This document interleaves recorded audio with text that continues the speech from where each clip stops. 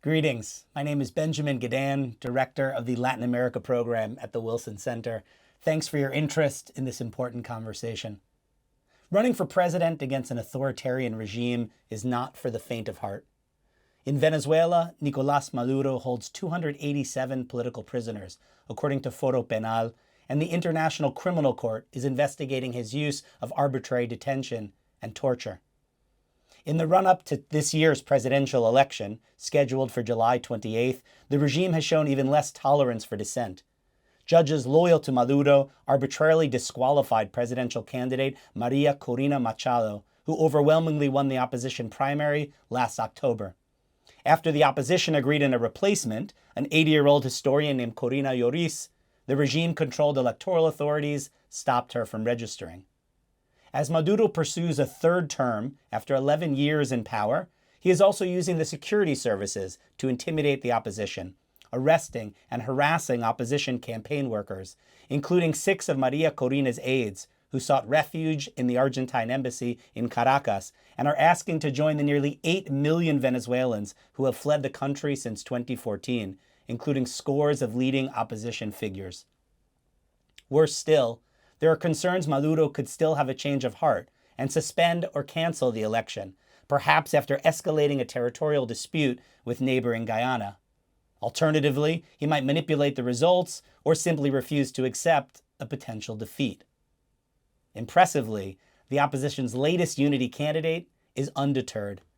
Edmundo González, a retired diplomat, has been barnstorming the country, often alongside María Corina, drawing enormous crowds and raising hopes for political change after 25 years of rule under Hugo Chavez and Maduro, Chavez's former vice president. The polling is encouraging for the opposition. Surveys suggest turnout will be high, as it was in the opposition primary, when 2.4 million voters reportedly cast ballots. González is leading by a wide margin.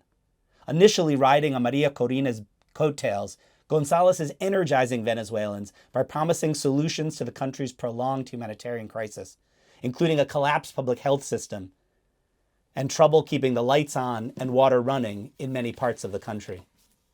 He has offered an appealing vision of a less polarized country, projecting an image of moderation and promising a government of national unity. In today's conversation, the president and CEO of the Wilson Center, Mark Green, a former administrator of USAID, the U.S. Agency for International Development, and a former U.S. ambassador to Tanzania, speaks to Edmundo González about González's expectations for Venezuela's election, the complexities of a potential leadership transition, and how to begin fixing this troubled nation, once among the wealthiest in Latin America. Thanks again for your interest in this important subject. For insights into the ways the United States could support a democratic transition in Venezuela, please visit the website of the Wilson Center's Latin America program, where we are publishing a series of policy briefs we are calling the Venezuela Desk. Well, welcome to the Wilson Center. We're honored to have you. I look forward to having you in person, hopefully, in some weeks' time. Mr. González, to begin with, as someone, for those of us in the audience that are fairly new to following Venezuela's elections, could you explain a little bit more about how you actually came to be the opposition candidate? What was the process for replacing María Corina, who won the opposition primary but was blocked from running? How did you get here? Well, that's a very good question to begin with.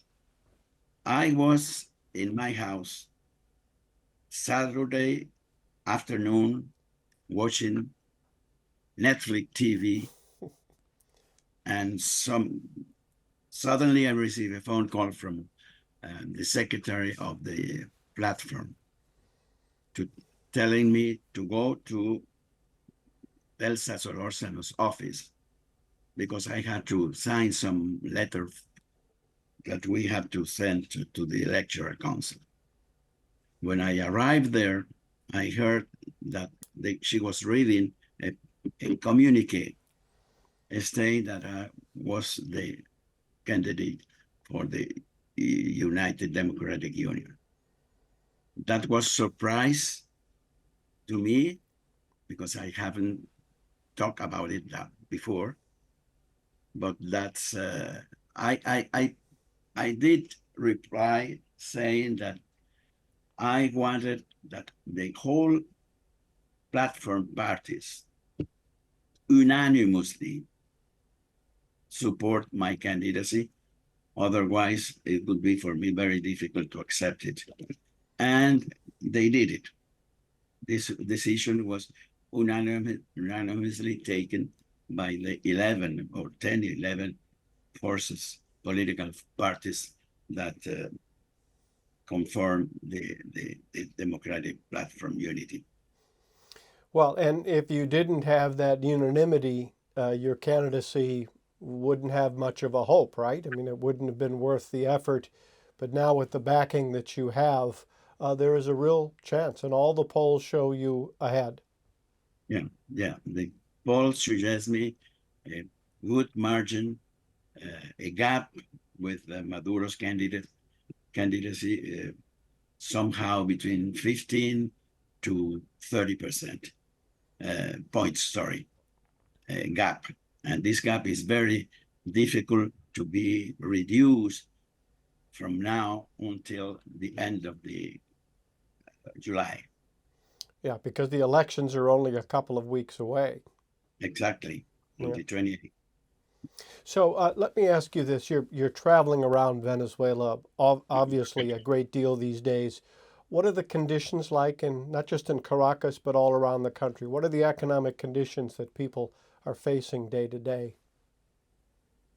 The day-to-day situations of all Venezuelans are very difficult. Economy is in shambles. Everything is almost destroyed. And Venezuelans are looking for someone who may change that situation. Salaries are very low. Inflation is underway. And conditions are extreme enough, not only in Caracas, but also in the countryside, in the regions.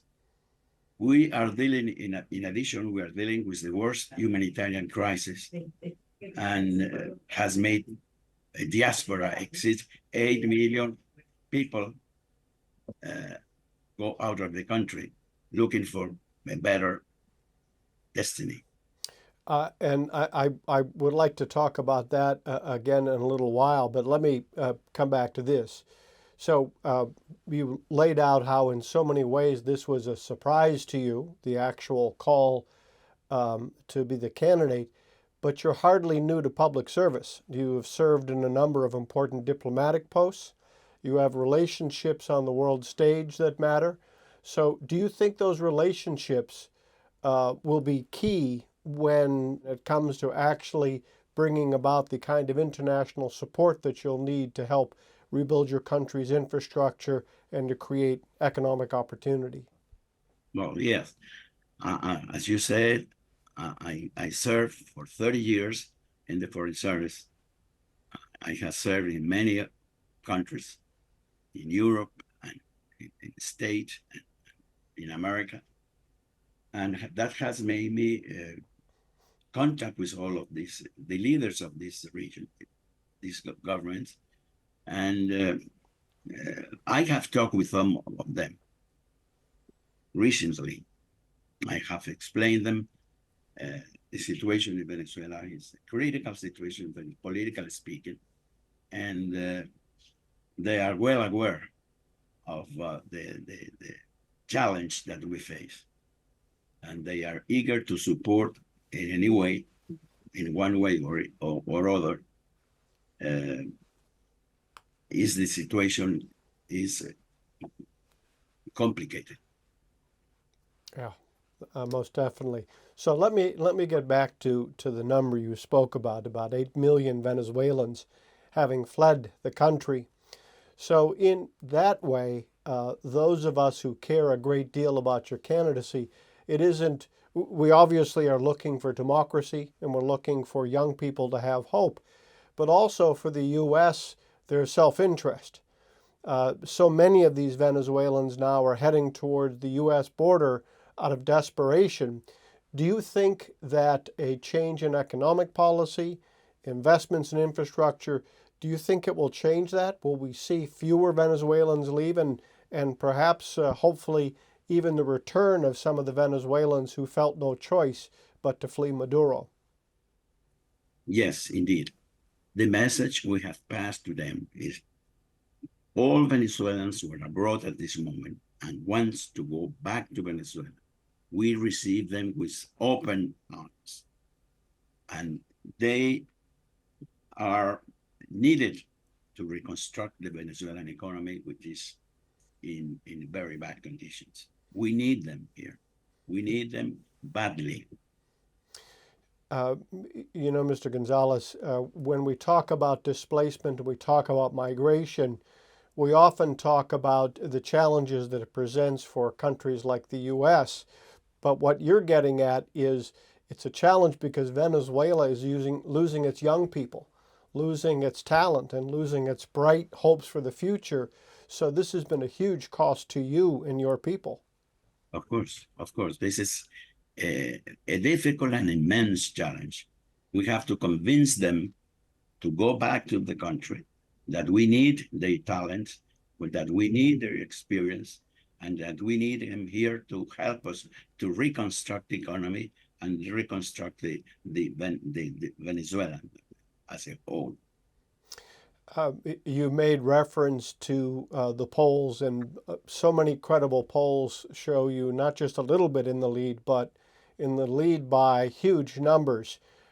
It's clear that Venezuelans want to participate, that they are coming to vote. Do you think this is a time in which they actually believe that the regime will allow the vote to take place, that it will be free and fair? Well, there are many that are coming here in the last few weeks. And I have talked to many of them in the demonstration that we have traveling into the countryside. And I arrived yesterday, told me one of these Venezuelan who just came from the States, I think she was. And I want to stay here to help you to reconstruct the economy. She is an economist and working in a private sector in state. And I want to be here and I want to help you to reconstruct my country. That's the message we receive from many, many other Venezuelans that are coming back from abroad. As I mentioned, you're well ahead in the polls, but do you think the process can be free and fair? Maduro's team not only controls the election apparatus, but controls the judiciary. What are the chances that he will allow the election to take place? Is he willing to lose? And how does that affect what you do and what you say? Listen, we are aware that we are struggling against an authoritarian government. For several years, we have faced political persecution, abuse of power, threats to our lives. Let me give you a little example of what happened yesterday. We went in Valencia state, few kilometers out of Caracas. And we came yesterday. We stop over in the highway, we stop over in a restaurant to have some sandwich for lunch. As soon as we arrived there, 2 or 3 women from the PSUV entered to harass us. And that's most of the time we face this sort of situation. We don't find hotels that want to lodge us. Many other restaurants has been closed because they have service. The other day we went to another demonstrations in the countryside, and the restaurants I stopped to have lunch was closed the day after. That's the kind of government that we have to face on a daily basis. And even beyond those daily challenges, even more seriously, the regime has arbitrarily disqualified candidates and apparently, if my information is accurate, actually arrested some of the members of your own campaign team. How do you deal with those challenges? Well, it's another part of the story. Many, well, not so many, but at least 12 to 20 close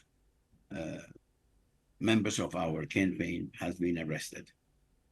The owner of a place where Maria Corina stayed the other day in Táchira was arrested. We don't find hotels that want to give us reservation for us. The last day I stayed in the garage until 1 o'clock in the morning when they finally allow me to get in. To get in, to register with 3 conditions: that I don't have to walk around the hotel in the side, that I don't have to use the breakfast room, and I am not allowed to, I forgot the third condition. But that's the kind of situation we face now. But what's interesting to me, even with those efforts by Maduro to hide you and keep you from public view and to slow you down and arresting your team members, yet huge crowds turn out to hear you speak. What is it in your platform and your message that brings so many people together, even though they know they face potential retribution and recrimination by Mr. Maduro? Listen, the crowds are huge. People knows that we are in town, and they come by thousands, walking in cycles.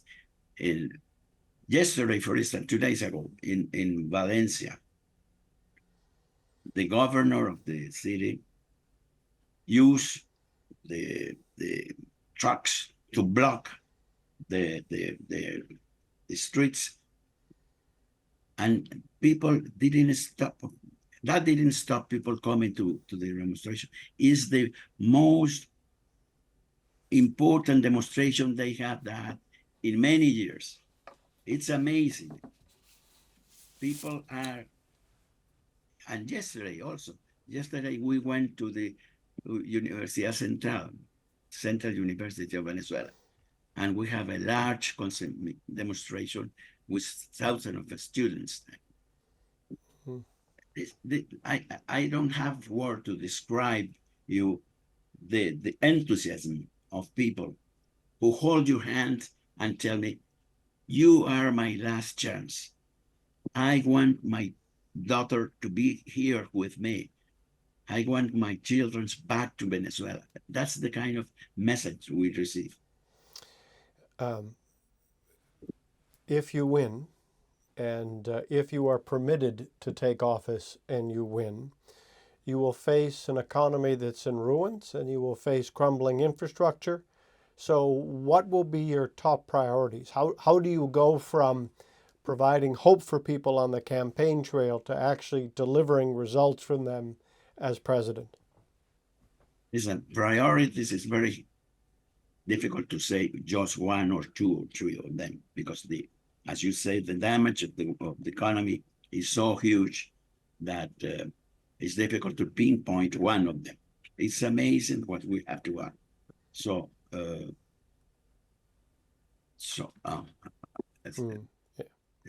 I'm sorry, I was this. So please. And we have people working on this for many weeks ago, even months ago. And we know what to offer, where are the points that we focus, and we hope to embark in a very quick reconstruction of the economy and of the country as a whole. Mr. Gonzalez, when I was USAID administrator, I had the opportunity to go to the border with your country a number of times. And what struck me with a number of your countrymen and countrywomen who said that they wanted to return, that someday they would return. And I thought at that time that that was easy to say, but unlikely to happen. But yet your message might just bring them home. So as you say, the challenges are complex, they will be difficult, and yet there are millions of Venezuelans who are energized. There are millions of Venezuelans in places like the US and Europe who just look for that chance for Venezuela to be what it once was and what it can be again. Are you confident that you can bring them home? We are confident that they will come, not in the amount of people that are abroad, but many of them will be here coming back to help us to reconstruct this country. We really hope so. And then I guess just finally, U.S.-Venezuela relations are, shall we say, complicated these days. What is your message to the U.S.? What kind of relationship would you like your country to have with the United States? I want Venezuela and the United States recover and go back to the friendly, cordial, and natural relationship we had for many years. It's absurd, if not unbelievable, that we have 10 or 12 years already without a diplomatic office in Washington and in yours in Caracas. We don't have political dialogue. We don't have political cooperation. And that's something that we have to tackle immediately and to go back to our friendly relationship we have had for many years. Mr. Gonzalez, I think that is something that Americans throughout the United States would be enthusiastically in favor of. You have just a couple of weeks. You are in the home stretch. So can you tell us what do you plan on for these last couple of weeks? We have many foreign observers coming in the next few days from Europe, from States, from every side of the country. And I hope to meet them, if not all, many of them. Will continue traveling to the country. I have on Saturday, I will go to Maturin. On Monday, I will be in Zulia State, the most important, the second city of Venezuela, Maracaibo, and it is the first electoral circuit, and we will go up to the 27th or until on the 25th is the closure of the campaign here in Caracas, and that's my last public concentration. Well, again, thank you for sharing your valuable time. Godspeed and safety as you travel around, and I look forward to welcoming you back here in person to the Wilson Center. Thank you so much. Surely. Thank you so much for the opportunity.